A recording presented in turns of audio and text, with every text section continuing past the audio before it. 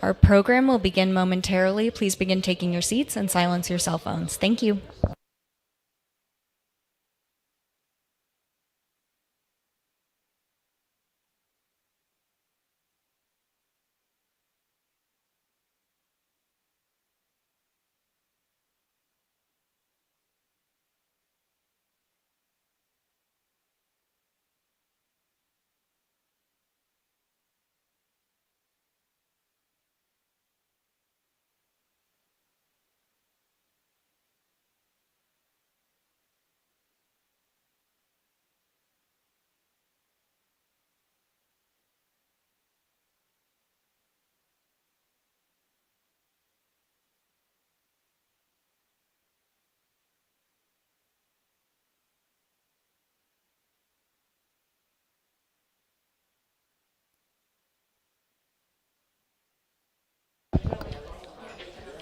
Welcome to the Hills. Bang for your buck.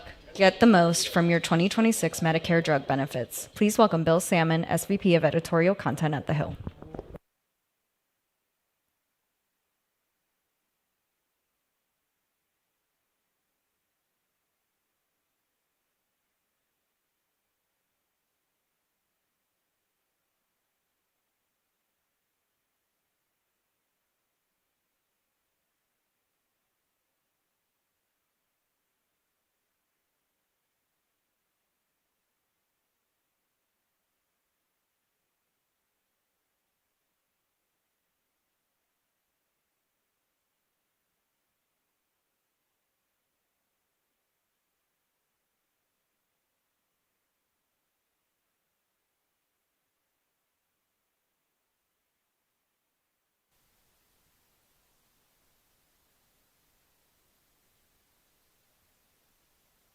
It's easy to understand why there is so much uncertainty, and not just among the people who are inside our federal health agencies writing up budgets for next year, but also uncertainty among the millions of Americans who are relying on these federal programs in their daily lives. So the timing today really couldn't be more critical as we grapple with a number of very pressing questions, including the following. What do beneficiaries need to know about Medicare Open Enrollment, which, as I mentioned, is already underway? Is the Medicare Prescription Payment Plan actually helping those who need it most? Will selected medications be available at community pharmacies? How can you be sure you're getting the most out of your drug plan benefits? And finally, how can beneficiaries and advocates shape the next round of negotiations? Well, we hope to get some answers to these and other questions today in our program. We also hope that everyone will follow along the conversation on social media using the hashtag #TheHillHealth. Let me repeat that, hashtag #TheHillHealth. With that, I want to take a moment to thank our sponsor, the Alliance for Aging Research, for their generous support in making today's program possible. In fact, we will now begin the program with a short video from, again, the Alliance for Aging Research. Thank you so much for coming out today. Is an optional benefit that helps cover the cost of prescription drugs. To help beneficiaries better afford their medications, there is an annual limit on Part D plan out-of-pocket costs. In 2026, it will be $2,100. Having an annual limit is helpful, but it can still be a lot of money to pay. Fortunately, another benefit called the Medicare Prescription Payment Plan helps beneficiaries spread their out-of-pocket costs into monthly installments with no interest or fees. It doesn't cost anything to sign up or use this payment option. However, you must sign up with your Part D insurance plan at least 24 hours before you pick up your prescription. You can't sign up for it at the pharmacy counter. If you switch Part D plans, you will need to re-enroll in the payment plan. You can sign up at any time, including during open enrollment. Once you decide to participate, you won't pay anything when you pick up your prescription. Instead, you'll be billed later by your Part D plan and will pay in interest-free monthly installments. Talk to your Medicare Part D insurance plan provider to learn more and visit www.loweroutofpocketcosts.org. Now, please welcome Sarah Cott, SVP of Programming at The Hill, in conversation with Adina Lasser, Director of Public Policy at the Alliance for Aging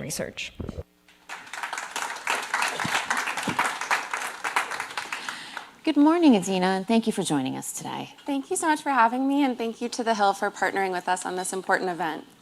So let's start with the very pressing issue of Supplemental Nutrition Assistance Program, or SNAP. The Alliance has been very active in advocating for SNAP. We touched on it on the last event that we did together. So before we get started, we wanted to follow up on that. Yeah, it's a really timely question, and as Bill mentioned, it's something that is at the top of all of our minds. Right now, we are facing a dire public health emergency. 7 million older adults struggle with food insecurity, and SNAP is our best tool for making sure that we're fighting hunger and malnutrition. And it's not just older adults. 1 in 8 Americans benefit from SNAP every month. And what we want is, what we want ultimately is for the federal government to reopen. But we're aware that we're facing an immediate emergency, and people should be able to rely on the benefits that they've been promised. And so we're calling on Secretary Brooke Rollins, the Secretary of Agriculture, to tap into a contingency fund, which is worth $5 billion, to continue funding SNAP benefits into November. Thank you so much. It is now open enrollment period for seniors and those with disabilities. The Alliance recommends that both current and new Medicare beneficiaries pay special attention to reviewing their Part D drug plan offering during open enrollment. What changes should beneficiaries be aware of? The first thing that I want to make really clear is that this is the year of any year to shop around. Beneficiaries in Medicare will often choose a plan and stay on that plan for the rest of their lives. Every year, it costs you money to not be doing an active comparison. But this year, especially because there are so many changes coming to the program, it's a year to take a look at it. The first thing that I want to touch on are premiums. Premiums overall, we're seeing a bunch of headlines that premiums are staying the same or going down. But the Kaiser Family Foundation found that as premiums on individual plans might be going up by as much as $50 a month. So just because on average they're going down, that doesn't mean that your plan is going down. So the takeaway is check your plan and compare to other plans in your area. Another thing to be aware of is that there is a $2,100 cap on out-of-pocket expenses for all Medicare beneficiaries. This is automatic. You don't need to enroll in it. And it's a huge change over what existed before, which there was no cap at all. Last year there was a $2,000 cap, and before that there was no cap at all. But that's still a lot of money for most people. And so one thing that we're really emphasizing to take a look at is to make sure that you're looking at how are your drugs being covered with utilization management? Is your formulary changing? Are they in a less preferred tier, meaning that you're going to have more cost sharing? And we're also calling on CMS to be more transparent with that information because it's a little bit hard to find.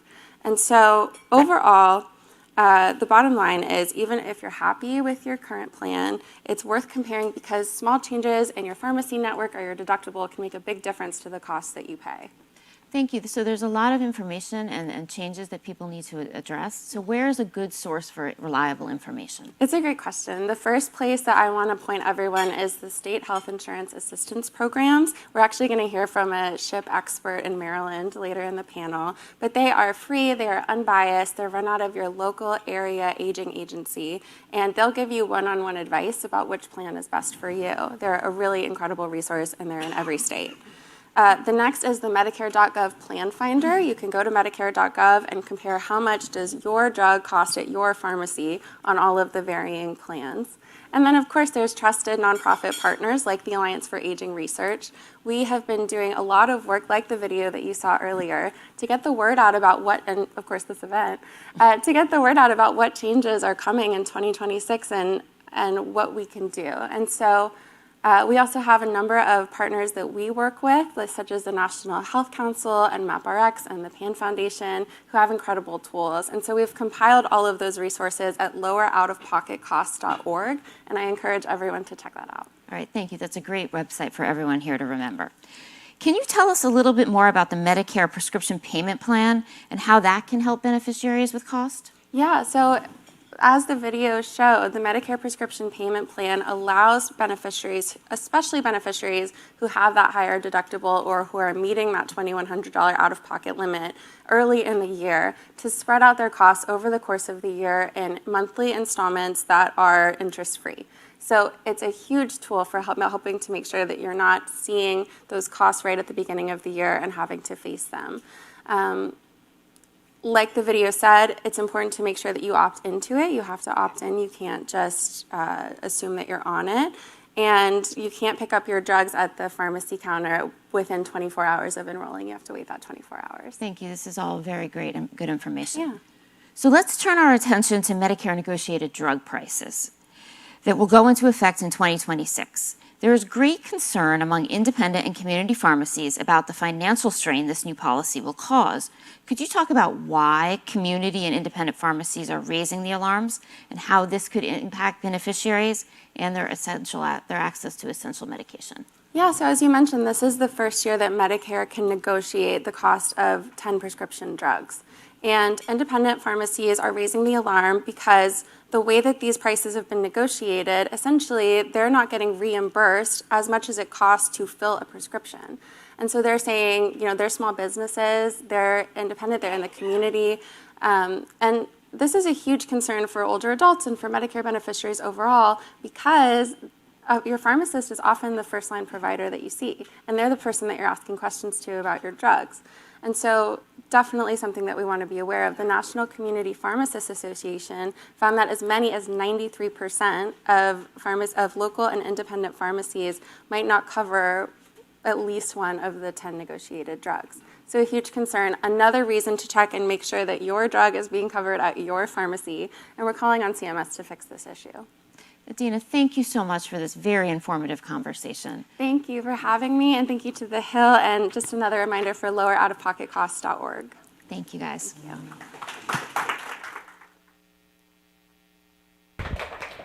Thanks again to Alliance for Aging Research for their support of today's program. Now please welcome our moderator for today, Kathleen Koch, contributing editor at The Hill. She is joined in conversation with Kirsten Axelson, health economist and senior policy advisor at DLA Piper. Good morning, everyone. Welcome. Thanks for coming out on this chilly fall morning. So as you know, we're here to discuss Medicare Part D, and I know this can be daunting. I mean, it can be confusing. My husband actually, truth be told, worked for CMS for a bit, and when he turned 65 very recently, he turned to me, he said, "Can you figure this out for me?" He said, because you're the reporter, you do the research, this is really hard. And I think that says a lot. So I would love, Kirsten, let's jump right in. And you personally have spent years analyzing the impact that drug pricing and coverage changes have on the overall healthcare ecosystem. So when you look ahead to these changes for next year in 2026 for Medicare Part D, what should we be paying attention to? What do you think is the single most significant shift? It's important to note that premiums are going up, but also formularies are getting more narrow. So what does that mean? Exactly. A formulary is a list of medications that are covered by your Part D plan and what you will pay for them out of pocket. When I say formularies are getting more narrow, that means drugs are getting dropped off the formulary. People have fewer choices. People have fewer choices. Importantly, as Adina mentioned, there is an out-of-pocket cap, which is a tremendous benefit. But if your drug is not on the formulary, you're going to pay out of pocket for that drug, and it does not count towards reaching the cap. So it's incredibly important to make sure that the drugs you need are on the formulary.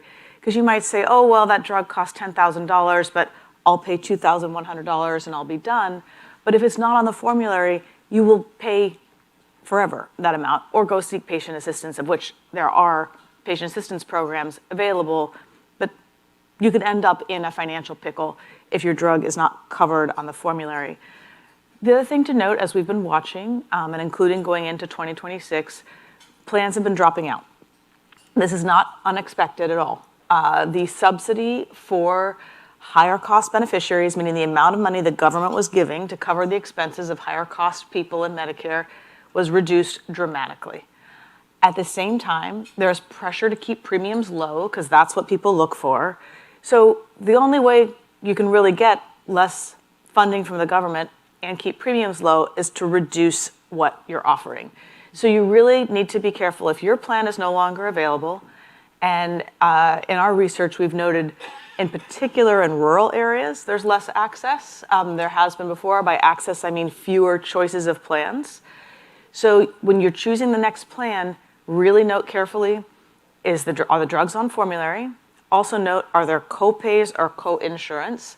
I think most of us don't know what the sticker price of a drug is. So when we're told we have to pay 25% of it, that might be a big number we weren't anticipating. And just be prepared. If you feel like financially, and I'll tell you, when I work through this with my parents, emotionally they don't want uncertainty, even if they have the money saved. So make sure you're ready for uncertainty if you're choosing a plan with co-insurance, or also maybe you have to go through additional hurdles like prior authorization.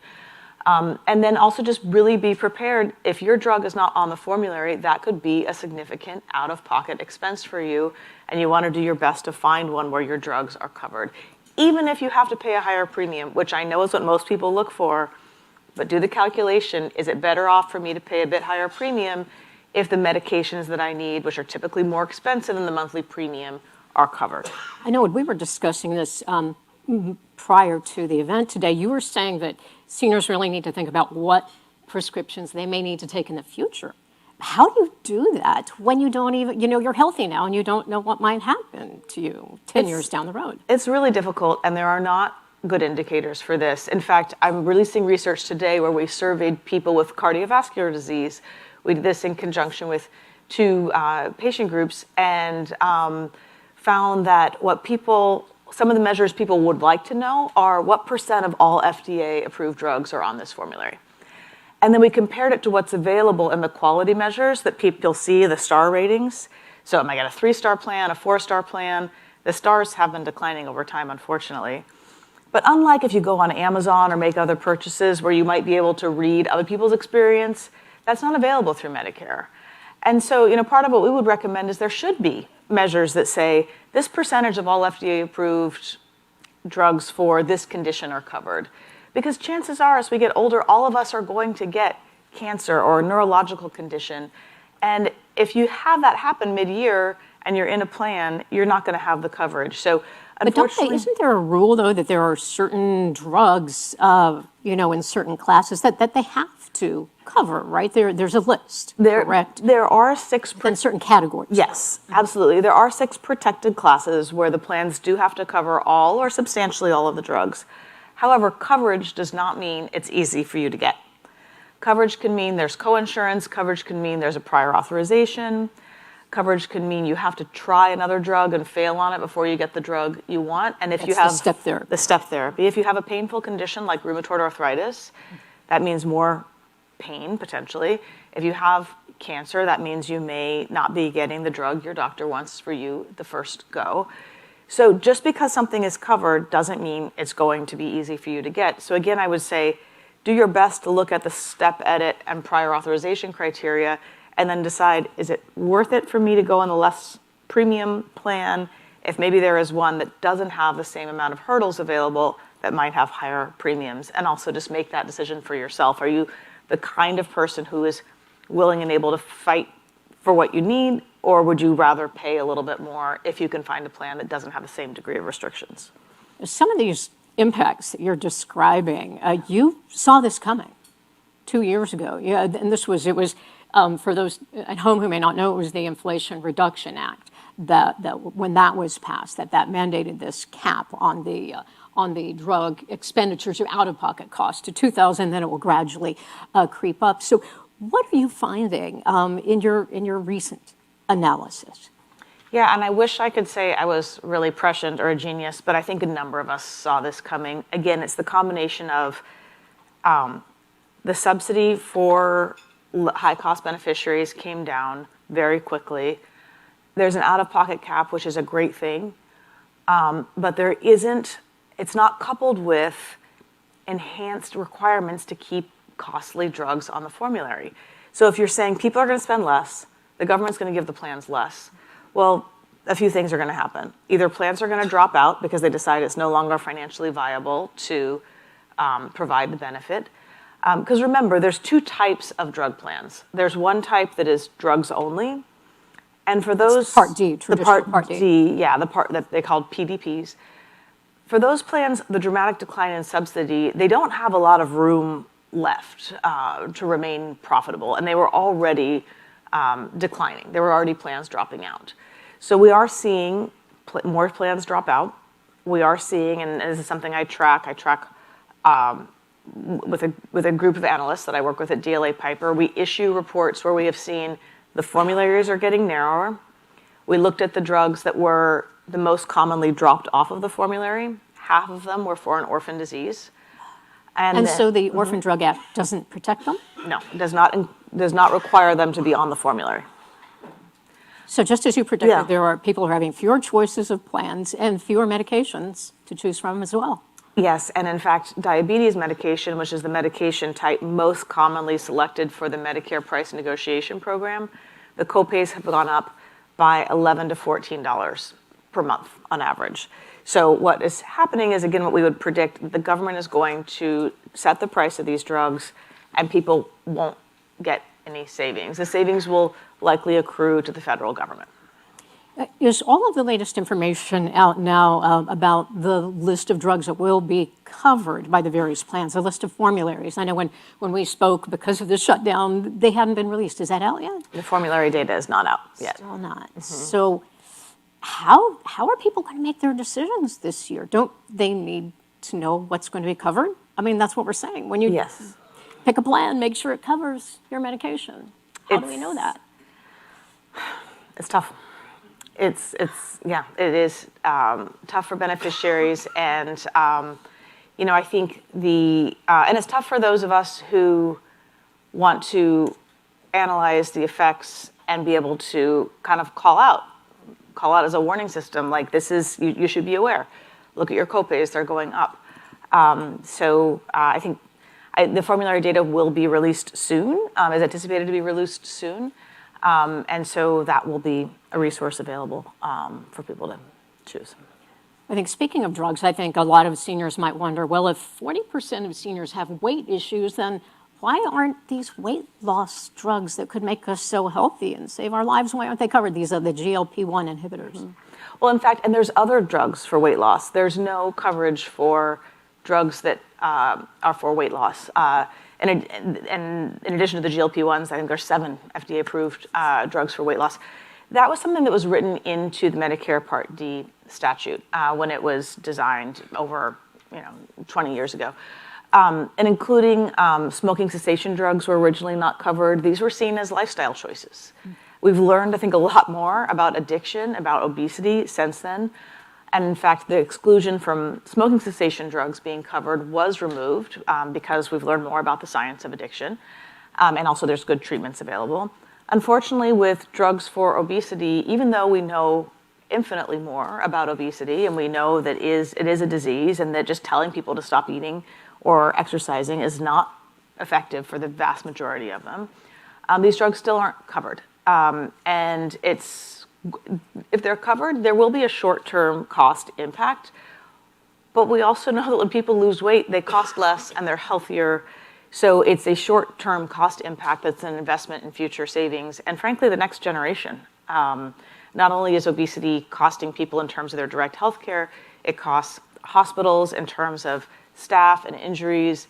It's a real problem, and there's a great fix. There's a number of great technologies available to help people lose weight that are unfortunately not covered by Medicare.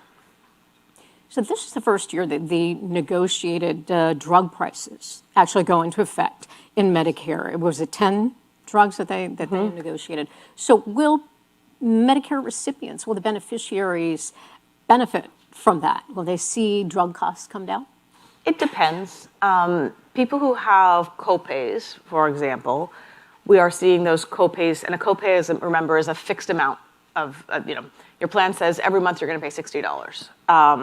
And that might go up to $70 next year. And if your drug cost $800 previously and now it costs $400, you're still paying that copay. If you have co-insurance, meaning you're paying a percentage of the price of the drug, then it could be that you'll spend some less money initially. The good thing is that there is an out-of-pocket cap. So at some point, people will be reaching that out-of-pocket cap for their covered drugs. So even if they end up paying, a bit more initially, the people who are definitely not paying more are the ones who have higher copays and higher co-insurance, but don't reach that out-of-pocket cap.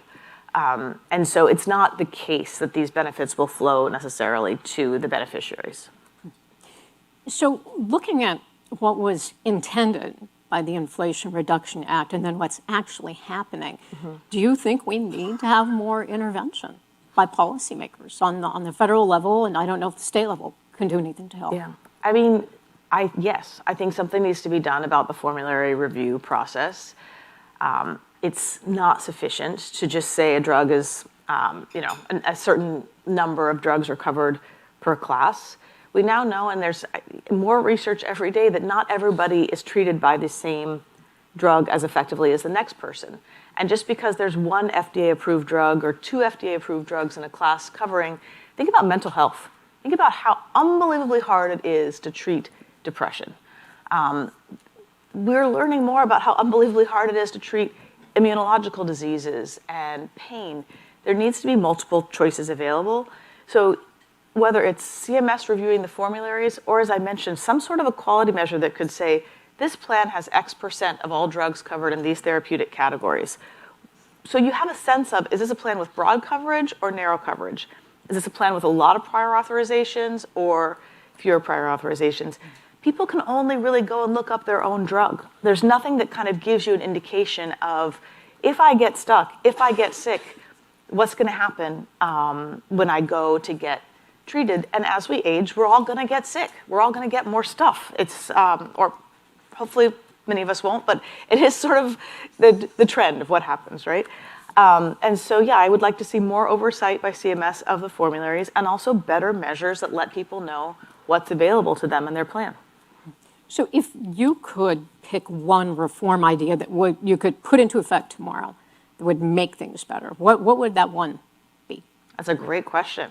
Oh my gosh, I wish I had that. I wish I had that crystal ball. It would be the oversight of the formularies and the ability to let people know when. And I'm responding to this in terms of sort of what I think would make beneficiaries' lives better immediately. So the ability to know more strongly what's on the formulary. There are structural changes that you could make to the benefit design, such as changing the way the drugs are selected and the price controls. I don't think those are really helping people, and they're deterring investment and innovation. So, there's other changes I would make probably in the longer term, but that's what I would say. If something could happen tomorrow, it would be to give people a better sense of what's covered on their formulary when they go to pick a plan. Is there anything that beneficiaries themselves or people watching or people in the audience can do to push back against any of this or to advocate? Because I just can imagine, especially a lot of seniors feeling helpless, feeling frustrated. I had a plan and now it's gone. Or I had these prices and then they were here and now they're there. I mean, what can they do? Well, I'm going to deflect this one to the Alliance for Aging Research team because they do have resources and approaches to help people push back. I guess the only advice I would give is if you're in a plan and your benefits have declined, do your best to switch plans if one is available to you. But again, I'm going to turn the advocacy over to the advocates because I'm a health economist. I'm going to say they're going to be better at knowing what to do.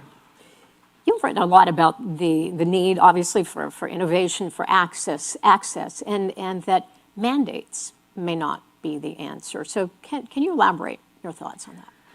Yeah, I mean, telling companies to do something and then not supporting them with the right financial structure doesn't work. That makes companies drop out, right? Like if you put in incentives to develop a new medicine, we've seen a lot of companies go after priority review vouchers or invest more in therapeutic areas where there's other incentives that either give them more time on the market or faster review by the FDA. If we make it a category difficult to be in, and I think we see that in antibiotics and vaccines where there's fairly low rates of reimbursement. There's a lot of liability involved, in particular in being in vaccines. We've seen companies drop out from investing. So you can't just direct something to happen. And also you have to think, and I think that's also what's happening a bit in the Medicare Part D benefit is we've cut a lot of things, a lot of reimbursement for the plans, and then we're expecting them to offer the same. And which is why there's a big premium support program going on right now. The government had to step in and offer additional money to the plans. Otherwise, the premiums would have gone up a lot. And that's a temporary program. And we're going to be facing pretty soon a situation where if that premium support comes off, people are going to be paying a lot more per month for their drug benefits. What about the issue that Adina touched on in the first panel with some of these independent pharmacies who find themselves in the position of someone coming in with a prescription that they have to fill, but they have had to buy the drug at a higher cost than they can sell it? It's every transaction like that for them will be a money-losing prospect. How do you stay in business that way?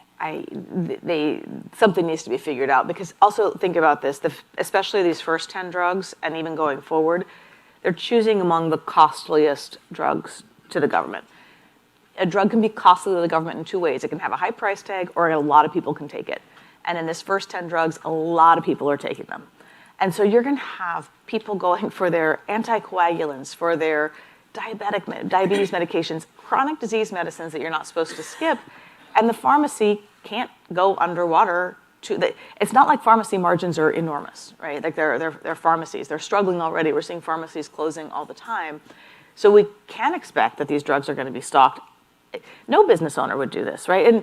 And when you're in the position of healthcare provision, it's even more urgent, but we can't expect that a business is going to just be able to stay underwater and float the difference and stay available. So they're just not going to stock these drugs. So like any price control situation, we've got the government setting the price, and it will result in shortages. Shortages. Mm-hmm. Shortages of needed medication. Yes, and not shortages in the way we think it's not produced enough, but if it's not available at your pharmacy, that feels like a shortage just as much because it's not there for you when you go. So who does that impact most then? Does that impact beneficiaries in rural areas, in urban areas? More in rural areas than urban areas because there are not as many pharmacy choices. It affects people who rely on community pharmacies that don't necessarily, that don't have the ability to manage that risk. So I know people may say, well, I'll find another way to get my prescriptions. Mm-hmm. Trump RX, right, was introduced earlier this year. There's Mark Cuban's operation that also offers low-cost drugs. Are any of those something that are helpful to Medicare beneficiaries, to seniors? I mean, people should look into it. So far, there's a fairly limited number of drugs covered in the Trump RX program. You can also go directly to the company's, website. Many of them have patient assistance programs.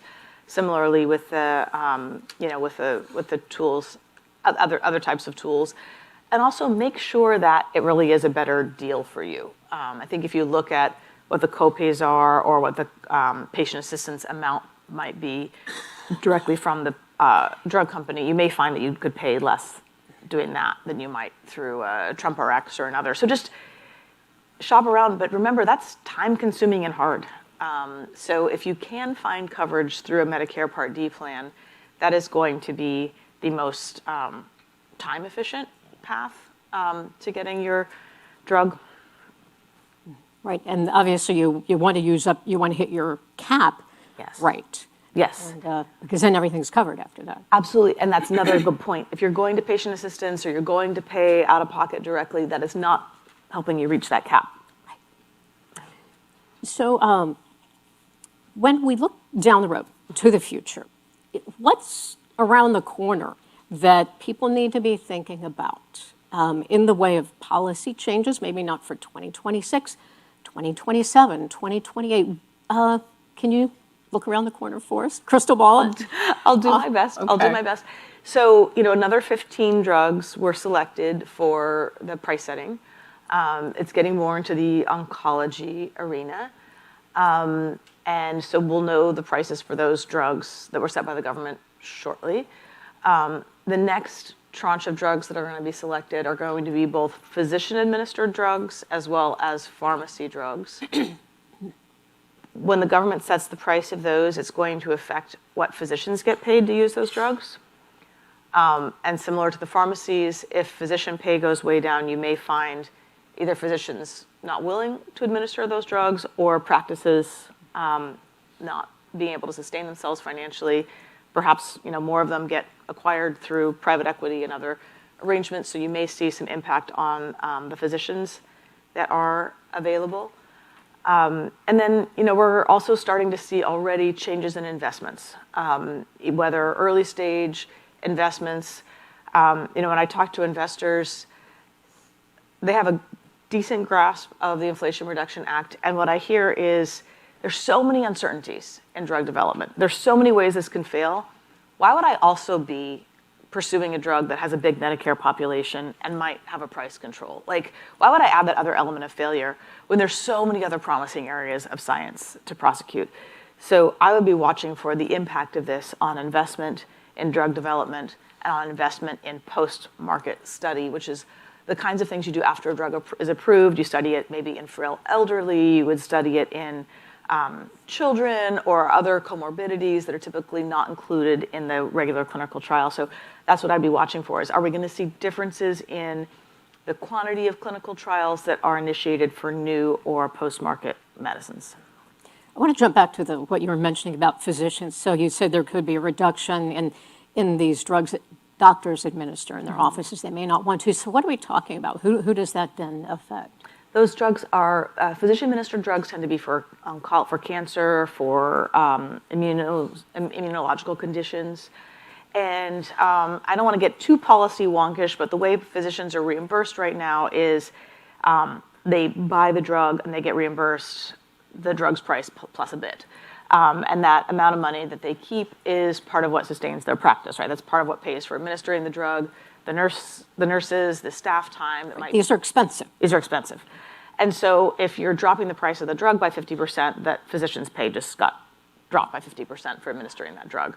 So they may switch to drugs that don't have a price control, if that's available, which costs more money for the federal government, and patients if they're paying 20% out of pocket if they don't have a Medigap or other wraparound plan. But also if it's a certain class where there's only one drug available and that drug has a price control, the physician may say, I'm just not going to stock this one anymore and administer this one anymore because I'm not able to sustain my practice economics. Wow.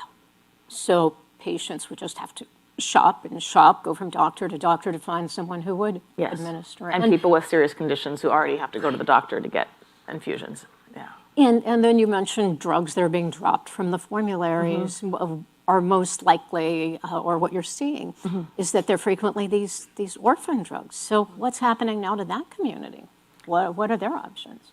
If they can find another plan that does cover the drug, then they may be able to get coverage.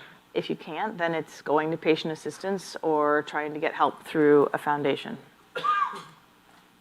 How exasperating is this as a policy analyst to see the direction we're going?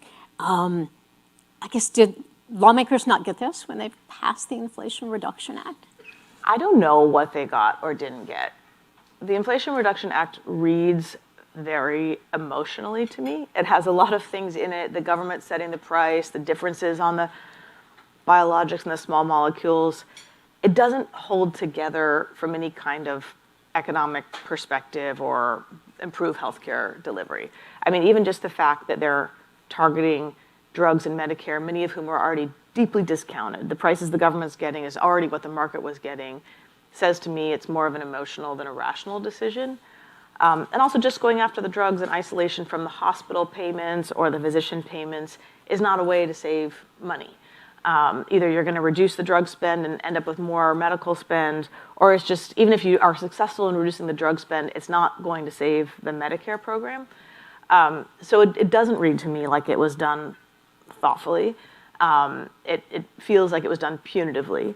And that's frustrating, because also the federal government's not saving any money. They've already had to give back in premium subsidies the amount, or possibly more than the amount, they saved with the first 10 price controls.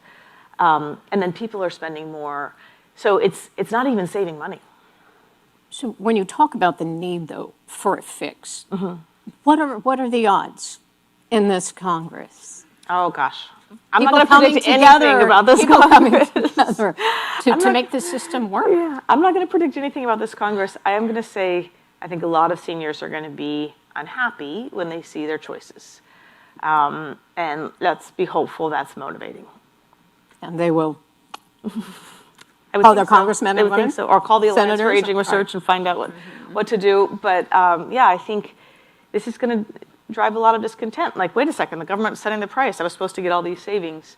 And I don't feel like people are going to think they're saving money. So your dad, what's he saying to you as he's looking my at this? Is he dad's shopping? And I mean, yeah, my dad's taking one of the 10 drugs that has the price controls. And he called me and said, it's so exciting, I'm going to save money. And I was like, Dad, I don't think that's the case.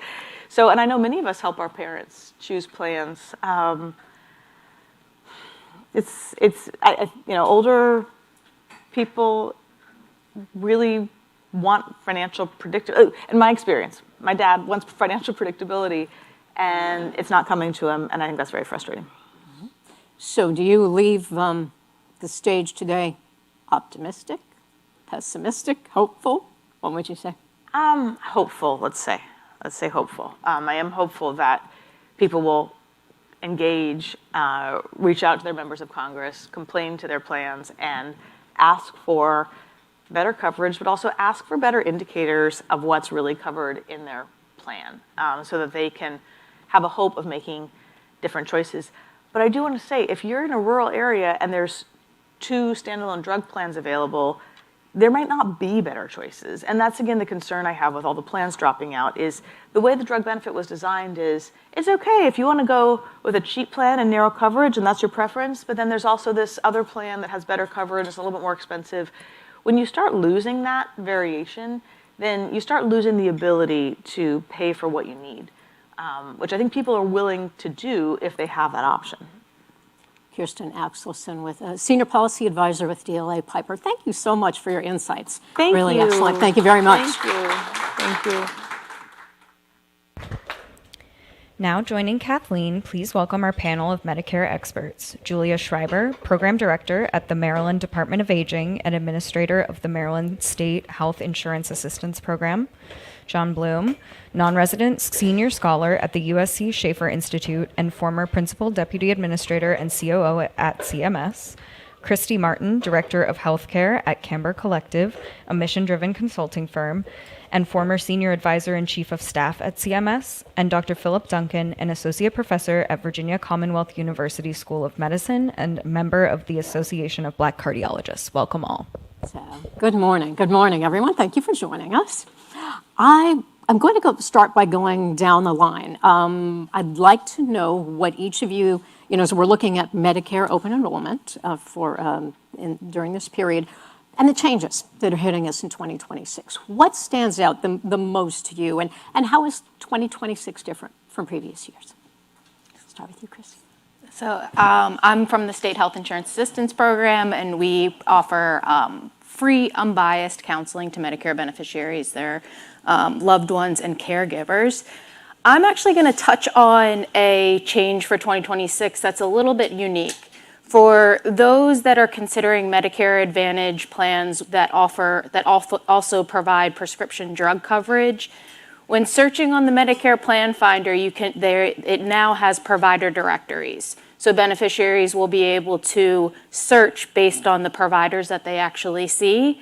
And this is a big new development. Inevitably, there are going to be quirks that need to be sorted out. So CMS is offering a temporary special enrollment period in 2026 in case a beneficiary makes a decision based on information that was inaccurate or incomplete from these new provider directories. So Julia, that goes how far into 2026? It's for the full year, but right now it's just for 2026. There's a temporary special enrollment period. So I advise this year in particular, document. If you're searching on the Plan Finder, maybe save some of those details, print them out in case you need to access that special enrollment period next year. John?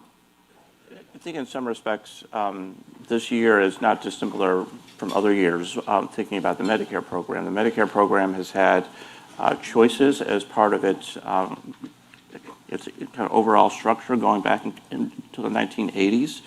Those choices are more plentiful today than they were back then, obviously, but I think this is really a time where all Medicare beneficiaries, their family members, their advocates should take time to think about what coverage options are are best suited for their own circumstances. I think the one thing that Medicare beneficiaries really need to think about is that healthcare needs change over time. And so the plan you're in today might not be the best plan for the future. And so I think that's really what beneficiaries need to think about, what their needs are today, what their needs are going forward. And particularly in the Part D benefit that I'm sure Christy will talk about, is that benefit now is designed for those that have higher needs, catastrophic needs, cancer diagnosis. And I think this time element gets kind of underplayed during the kind of open season messaging. But beneficiaries' needs change over time. That's part of life, and taking that into account, both the current needs but also your future needs, is really, really important. And some beneficiaries might be better off staying with traditional Medicare and thinking about standalone Part D drug coverage. So this time element really needs to be factored in, and those that counsel beneficiaries need to ask that question: how do you think about your benefits today, but how might you need to think about them, say, in 6 months, 12 months, or even 5 years? Christy, what should we pay attention to? Yeah, and I don't mean to be a Debbie Downer, so I'll start there. But with some of the staffing changes that have happened over this last year at CMS in particular, unfortunately, we've lost some really important people in the Office of Communications and some of the people that have helped train the brokers and agents and the SHIP counselors that help us get ready for open enrollment every year. And so this year, more than any other year, I think the SHIPs are vital for people to help make those choices. So I'd encourage people to reach out to shiphelp.org, reach out to their state health insurance assistance programs to get that help and make sure that they're picking the right plan for them this year. Plans change every year. People's needs change every year. Along with that, there's the Extra Help program that can help defray the cost of Part D premiums and out-of-pocket costs in the Part D program. Eligibility in terms of like what income level and limited resources that could make you eligible for that program shift every year with, the differences in, how much we have inflation changing. So you could be eligible this year and weren't eligible last year. So check to see if you're eligible for those types of programs. The Medicare Savings Program, the SHIP counselors can help you with that as well. So that's really important. And I think, also we've been talking about the Inflation Reduction Act this year. The maximum out-of-pocket limit for the Part D plans is $2,100, which is still incredible to even have a maximum out-of-pocket cap in the Part D program and in the Medicare program. So I would highlight those changes, and then again, just reiterate making sure to go to the SHIPs and asking for that help because it's really important. Philip, as a doctor, what stands out to you? So when I look at the changes coming, I think that for those who are savvy, who have access to the internet, and I think there are opportunities for them to choose the correct plan. But that doesn't describe everyone. Exactly. And the concern that we have is, one, health changes quickly. So your situation on November 1st may be very different on March 1st. And so a plan that looks great on November 1st might not be the plan for you at March 1st. And in the Medicare age group, of which I'm a member, you can't, those things can come even more rapidly. So I look at this and I say that, each year we make these changes and we tweak things around, around the edges. But in the end, we have to have some kind of substantive change that recognizes that health is an important, non-renewable resource that everybody deserves. And so I'm hopeful that these small changes will get us moving, but I recognize that we need larger system-wide changes and approaches to how we deal with healthcare drug benefits. Julia, what are callers, when they're calling into the SHIPs, what are they asking about most? Is it this reduction in the number of the Part D plans? And if so, what do you think are the ramifications of that? So we are getting, the majority of the questions that we get are the right questions. So are my medications are going to be covered? Are they on the formulary? How much am I going to be paying at the pharmacy counter? Are there coverage restrictions? So I highly encourage asking these questions. we have absolutely seen an influx of calls around people asking, what are they going to do? What do I need to do? I got this termination notice. My plan is not renewing next year, so I have to select another one.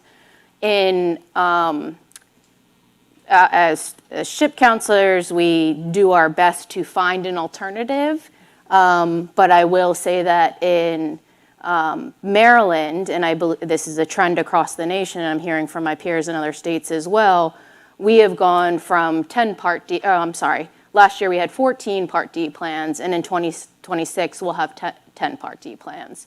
And then for Medicare Advantage with prescription drug coverage, we've seen geographic consolidation. So longstanding plans that were offered maybe across the state are now solely in certain areas. So the options they're still there, and beneficiaries should be considering them, as has been said, every year. But as that choice diminishes, it can create some real challenges. I'm curious what your SHIP advisors, when people call in, what are they telling folks when they say, hey, is my drug on the formulary if the formulary list isn't out yet? So there's information currently in there, so they can make the best decision that they can with what's there. One thing that we note is that during this particular open enrollment period, that if you make a decision and enroll in a plan now, you actually can switch plans as many times as you need to within this Medicare Open Enrollment period. So that's not an ideal situation, but say you enroll in something now, you do have the option. Now for the Medicare Advantage Open Enrollment period, January 1st to March 31st, for those that have Medicare Advantage, you can only make one change during that period. But now there's a little bit more flexibility. So if open enrollment started, I guess, a couple weeks ago, right? So if you already made a decision and then you realize you've made a bad decision, you can change it before, which is December 7th? December 7th, yep. Okay, fascinating. John, what are your thoughts on the future of Medicare Part D drug plans? And the way things are looking, the future is not bright, but I understand, we have, obviously this year, as Julia explained and Kirsten also, we have fewer choices than ever before, but I understand you say that beneficiaries want fewer choices, and that sounds a little counterintuitive to me. I think it's a real important question of kind of how much competition we need within the Part D program in order to get the best value, to get the best experience for beneficiaries. I don't necessarily believe that the number of Part D plans is the right number for us to focus on, but is there sufficient choice? Do we have competition? And what I heard during my time from serving as CMS from the SHIP counselors is there's too many choices. And beneficiaries really struggle with how to evaluate 15, 14, 25 different Part D plans that's being offered to them. I think one of the questions for the future should be, what is the right number? How much competition do we need in order to get the best value? What's the right experience that we want to offer to beneficiaries? And I think what I heard during my time at CMS is that beneficiaries want choices, but they want to be able to feel confident they're making the right choice. And so I think that should be the metric of, do beneficiaries feel they're getting value? Do beneficiaries feel they're confident making choices? And that to me is the ultimate metric, not do we have 10, 14, 25 different Part D plans, but the metric is, do beneficiaries find value? Do they feel confident they're making the right choice? And what I heard during my time at CMS is there is more choice than any one person can sometimes handle, and that's a concern that we should be worried about. Christy, you played a central role in implementing the Medicare drug price and negotiation program. Are the results that we're seeing what you expected and what you hoped for? And if not, then what needs to change? Yeah, I think with any program, especially a new program in the federal government, there's always some anticipated changes you would like to make over time. And especially with this program, we implemented it, I think, in record time. We were given a very tight timeline, but overall, I'm very proud of the work that the CMS team did. I think they did a phenomenal job, and it was a true negotiation. And I think if you asked, and if you looked at the shareholder reports that came out, the shareholder calls that were done, a lot of the statements by the CEOs and the media reports afterwards, they gave very positive statements about how the process went. And overall, we did get very good prices. The Medicare Part D market is an interesting market.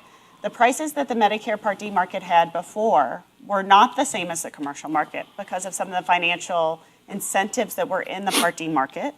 It's not the same as other private health insurance. And so I think that, over time, the team will get more sophisticated in their negotiation. I think the second round, they will outperform the first round because they've learned over time that each of the drugs that they're negotiating right now is a very different set of drugs. So, I think that there will be tweaks over time like any federal program. But overall, I think they've done a stellar job, and I think they will continue. And ultimately, if you have to look at the Inflation Reduction Act and the Medicare provisions as a package. The point of the negotiation program was to generate savings to enrich the benefits of Medicare. And that was the out-of-pocket cap, the $35 insulin monthly cap, the no-cost vaccines that were delivered, the other pieces of the puzzle that actually delivered to the enriched benefits to the beneficiaries, expanding the extra help program. Those things we're extraordinarily proud of, as well as the negotiation program. Philip, as a doctor, I'm curious. So you've been a cardiologist in nearby Richmond, Virginia, for decades, right? So how have you seen these high out-of-pocket drug costs impact your Medicare patients specifically? And are you seeing any improvements in recent years as these changes that we've been discussing are going into effect? So high out-of-pocket cost is unfortunately, it's a travesty because we have so many wonderful therapies available to patients, and these therapies continue to improve, and we get new meds and better outcomes with various conditions like heart failure or the new meds that we treat patients with, for example, atrial fibrillation. The issue is that while things can be done on a programmatic basis, things can be done in terms of looking at more choices, medicine is actually very personal. And so for some of the patients that we see, a $45 copay is just as significant as a $500 copay. At the end of the day, so 45 may as well be 1,000. Exactly. Wow. So when we look at that, we have to rethink how do we look at healthcare and understand that there are things that can be done on the macro basis, but it's personal. It's about relationships and those things that improve our health. And if you look at our health statistics in the country, and you look at our life expectancy actually plateauing and maybe falling for various reasons, including COVID and drug epidemics, but you look at that and you say, okay, if you're not getting the results that you want for us as a group, we need to look and say, okay, how do we readjust this, refigure this so that we see that improve? And as a cardiologist, when your patients don't take their meds, the results are pretty serious. Right. Well, what do you see? Well, what happens is patients might have a copay that doesn't allow them to take a medication for a certain period of time. So, for example, someone has a heart attack, if they get stents, there's a certain set of drugs that they need to take for up to a year that if they miss it, they may have another heart attack and come back. Patients with, like I say, atrial fibrillation, abnormal rhythms, there are drugs that they can take that if they don't take them, they can have a stroke. And that's personal. And when cost is the only barrier to that's a travesty.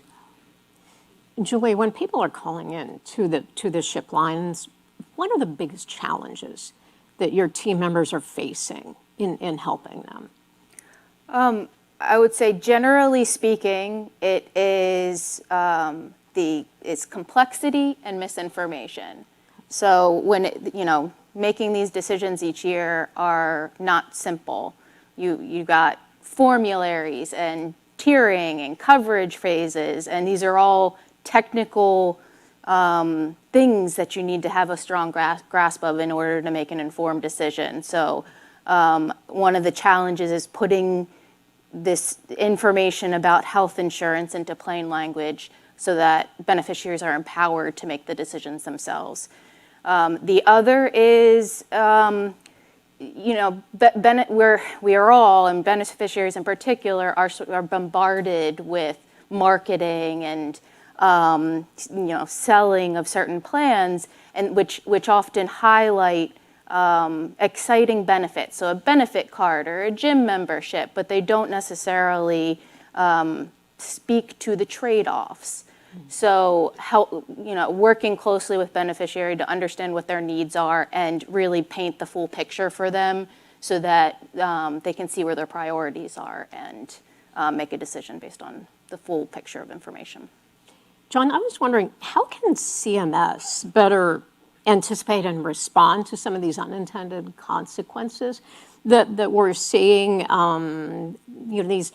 because we have these improvements that were meant to reduce seniors' out-of-pocket Medicare costs, and it's not always happening. So I guess what I'm wondering is, do they need to take action, and can they, and rein in things like some of these utilization, management practices, like pre-authorization or step policy that end up limiting access to needed medication? I think one of the points that Christy touched upon is just the staff changes that have happened to CMS. And I think in the last several months that staff is down by about 1,000 people. That's roughly 15% of the overall agency. And overseeing the Part D plans, my experience is that it's a real contact sport. You can't do it through technology, you can't do it through computers. You really need to be talking to health plan CEOs directly. You need to be overseeing the Part D plans to make sure benefits are being delivered consistent with the law, consistent with the regulations, consistent with our values. And I think we are at a real challenging period when there is change happening to the Part D program, and that's intended because the Congress really wanted to see changes to the Part D program. But we don't have the infrastructure right now in place to really make sure those benefits get delivered well, get communicated well. I think we really have to have a conversation together regarding what is the right staffing needs that we need at CMS. That I would argue strongly that's far too low right now, and that's going to have impact throughout the country. And so the oversight, the management, the delivery of benefits are things that need to be done by human beings. And that's something that is not currently in place that needs to change going forward to ensure that we can deliver the value to the Part D program as intended by the Congress. Christy, I was wondering, does CMS need to do anything, and can it do anything to support these independent pharmacies? I know that Adina talked about it. I discussed this also with Kirsten. When they have these cost burdens that it has some of them, what I think it's, according to the National Community Pharmacists Association, more than 93% saying we aren't going to cover one of those drugs that you negotiated the prices for. We can't afford it. Yeah, so taking a step back a little bit, especially with the pharmacy issues, the pharmacies have been experiencing issues for several years. I mean, I misspoke. They aren't going to carry. I didn't mean to say cover. They aren't going to carry these drugs. They've been facing issues for several years, especially the community pharmacies, the smaller pharmacies, the independent pharmacies. This is not just the Inflation Reduction Act. This is long before the Inflation Reduction Act. I think COVID in particular exposed some of their financial issues and the struggles they were having specifically with the pharmacy benefit managers and the plans under reimbursing them, and with some of the issues they were having with the supply chain and the wholesalers and how their supply chains were being set up. And then, then we had started having some issues with that they were raising around the Inflation Reduction Act as well. But it's not just the Inflation Reduction Act. And, CMS is very sympathetic to their issues. I think a couple of points to make. One, under the Part D program, there is the non-interference clause. That does extend to the interactions between the pharmacies and the Part D plans. Can you explain that, what this is, non-interference clause? So whenever Congress passed the Part D program, authorized the Part D program, there's a non-interference clause that was built into it. That non-interference clause is most of the time interpreted as CMS cannot interfere with the negotiations between pharmaceutical companies and the Part D plan sponsors. It also means CMS cannot interfere with negotiations between the pharmacies and the Part D plans, meaning what the rates that they're going to be negotiating for dispensing fees, what rates they're going to be negotiating for reimbursements, and how they're going to be building out their networks other than we set network standards. And so that creates some issues with how does CMS get involved and what is the authority for CMS to get involved and what those reimbursements are and how CMS helps to set those rates. We do not set those rates.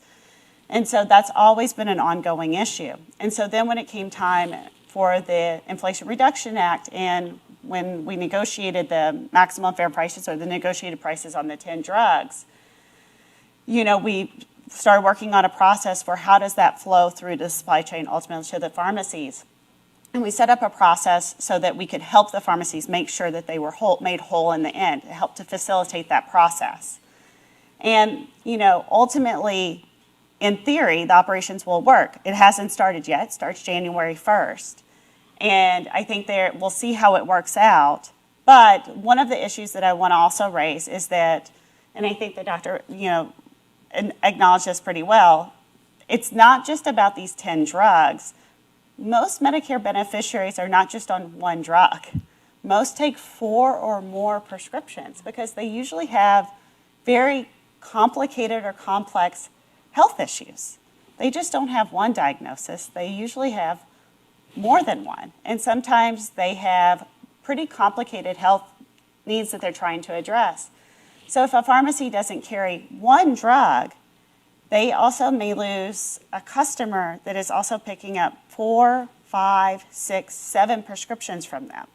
So I think pharmacies really have to think about, are they at risk for losing a customer that's actually going to be bringing them more business than just that one drug? So the economics of it are a little bit more complicated than just not carrying one drug. It's about how do they think about delivering for their customer and their constituent that they're serving, not just we're not going to carry one drug out of the 10 that have been negotiated so far. That really gets complicated. It gets very complicated, and I think the pharmacies, do have a lot to think through as they go through this process. And CMS has been having monthly calls with the pharmacies to try to help them through and help them to think through this, and they've been, working with them on the operations on how to ensure that they are getting made whole financially through the process of the negotiation program. Philip, I was wondering, how often in your office does your staff have to intervene to find more affordable, more cost-effective alternative medications for your patients? Or how often do they have to refer them to patient assistance programs? Or do you have to prescribe proactively? Do you base what you prescribe for your patients on their financial means? And then how does that impact outcomes? So that's, currently I'm in more academic practice, spending more time in hospitalized patients, but a long history of working in the office. And that's a daily chore with multiple patients, finding out what they have, what they can afford. And on the hospital side, when we have a patient in the hospital, we will do a price check on medications before we discharge patients with a certain pathway, certain prescriptive pathway, which means sometimes we give people less than the best.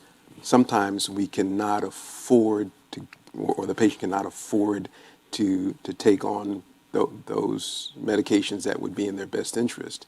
And then the other part of that is, yes, there are programs, there are ways where we can sometimes get support for these, but often that's time consuming. It takes time away from staff that could be doing other things that's more patient leaning. It's often complicated for the patients. I have patients who live out in rural areas where they don't have any internet access. They don't have access to the computer. Whatever they do is usually done when they come to the doctor's office and when they interact with that office, and it's what they can do for them. And if their resources are stretched, then it doesn't get done. Patients don't get what they need. And there's one other piece to that too, because what we have now is a system where we have a drug plan, you have a physician or provider, you have a pharmacy. Now, for the patient who's at the center of this, there may be trust in that pharmacy because that's where they went to and that's where they get their medications. There may be trust in that provider, but their drug plan might be covered in a plan that doesn't include these folks over there. And that's a challenge. We forget, again, that personal trust factor that's so important to effective medicine. So to go back to the prior point you were making, how frustrating is it when you are basing your decisions, your medical decisions, on what people can afford and not what they need?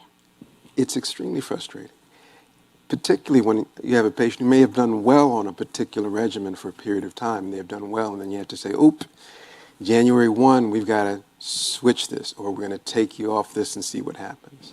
It's exceedingly frustrating because we're not offering the best for our patients when we do that.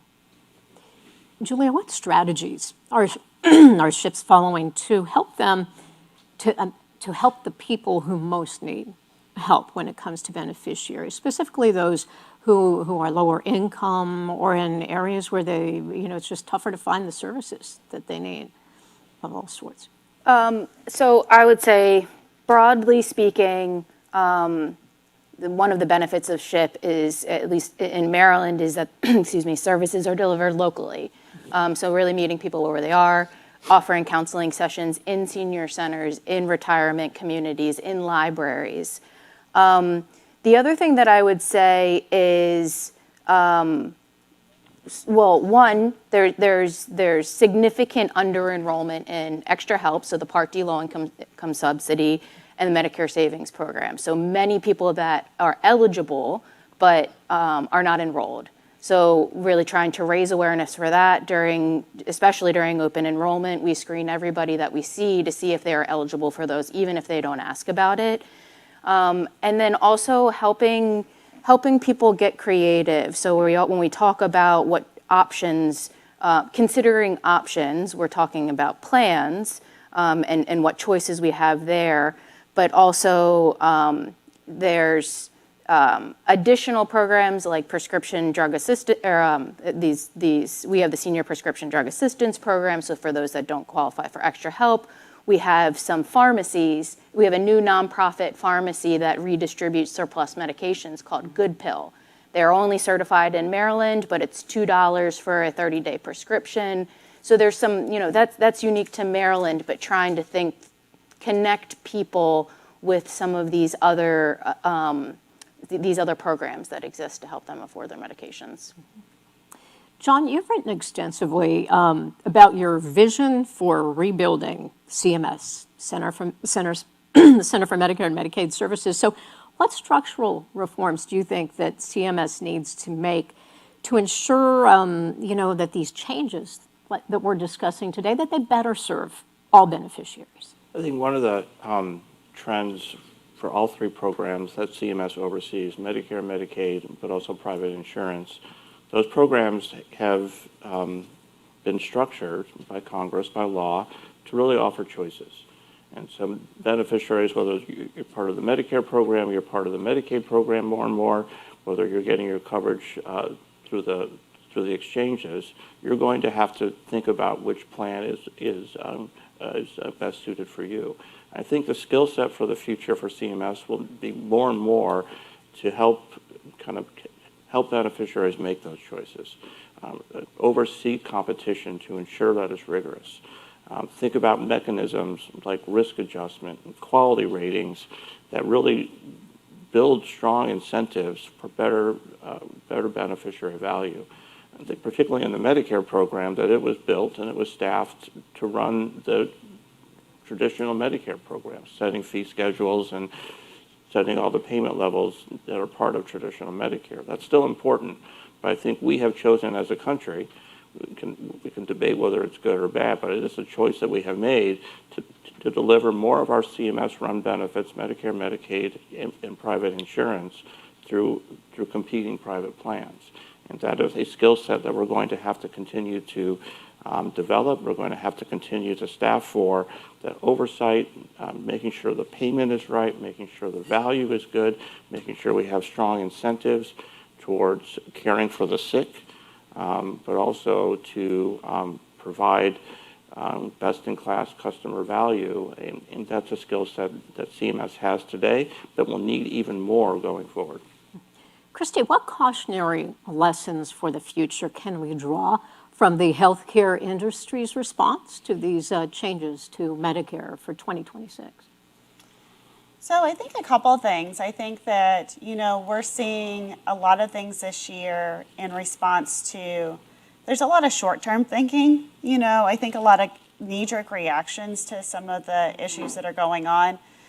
There's a lot of volatility in the healthcare space right now. I think some of the premium reactions are, concerns about what is happening.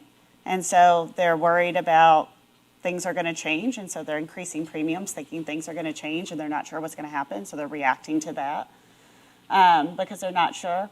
And I think the other thing that we can learn too is that we need to just be having conversations about what to expect and what's going on. I think when John and I were at CMS, we made a very deliberate effort to have an open door policy. So anybody that asked us for meetings, we had meetings with them. We were very clear about we wanted to talk to stakeholders. We wanted it to be a two-way dialogue. I think the other thing is we also had a stakeholder engagement plan so that we had regular town hall sessions, we had regular stakeholder calls.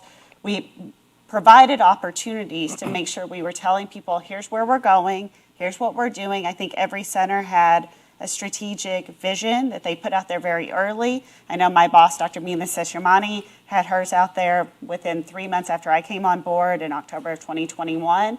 But every center lead had their strategic vision about here's what I'm doing, and it all followed from John and Administrator Brooks LaSure's strategic vision. And so really like setting out a roadmap so people knew what was happening and trying to create that predictability. And so I think in 2026, that's what people are really lacking. And that's what we need to try to get to, is giving everybody an opportunity to say, here's what's going to happen. And let's try to create some dialogue, but also some certainty for the future. Philip, I'm going to give you the last word. I'd love for you to give us a message. What, as a doctor, do you want to tell policymakers about Medicare Part D or the Medicare system in general? What would that message be to them? Medicare Part D, Medicare, I would say that we deserve good health care for everyone. And right now we have an issue where health care is the sun. Many people enjoy the sunshine of good health care and access, but there are people who live in the shadows. And so we need to bring this to high noon so that everybody gets the benefit of the outstanding health care we have available to us in the U.S., but is totally affordable or unavailable to a segment of our population. Wow. Everyone, please join me in thanking Philip, Christy, John, Julia for your wonderful insights today. We really appreciate it. As I said, this is a complicated issue. We didn't cover everything, but we did the best we could. So it's time for the event to wrap up. But thank you all. Thank you all for joining us here in the room and those folks watching at home. I hope we answered some of your questions. And a big, big thank you goes out to our sponsor, the Alliance for Aging Research. Thank you for making this possible. Now, if you happen to miss this or you have friends at home who go, oh, gosh, darn, I wish I'd seen that. It's all going to be available online, and that will be at thehill.com. So the full video will be there. Well, thank you all. Thank you for joining us. And for those out there making those Medicare choices during open enrollment, good luck. I hope we helped you. So thank you all and have a great day.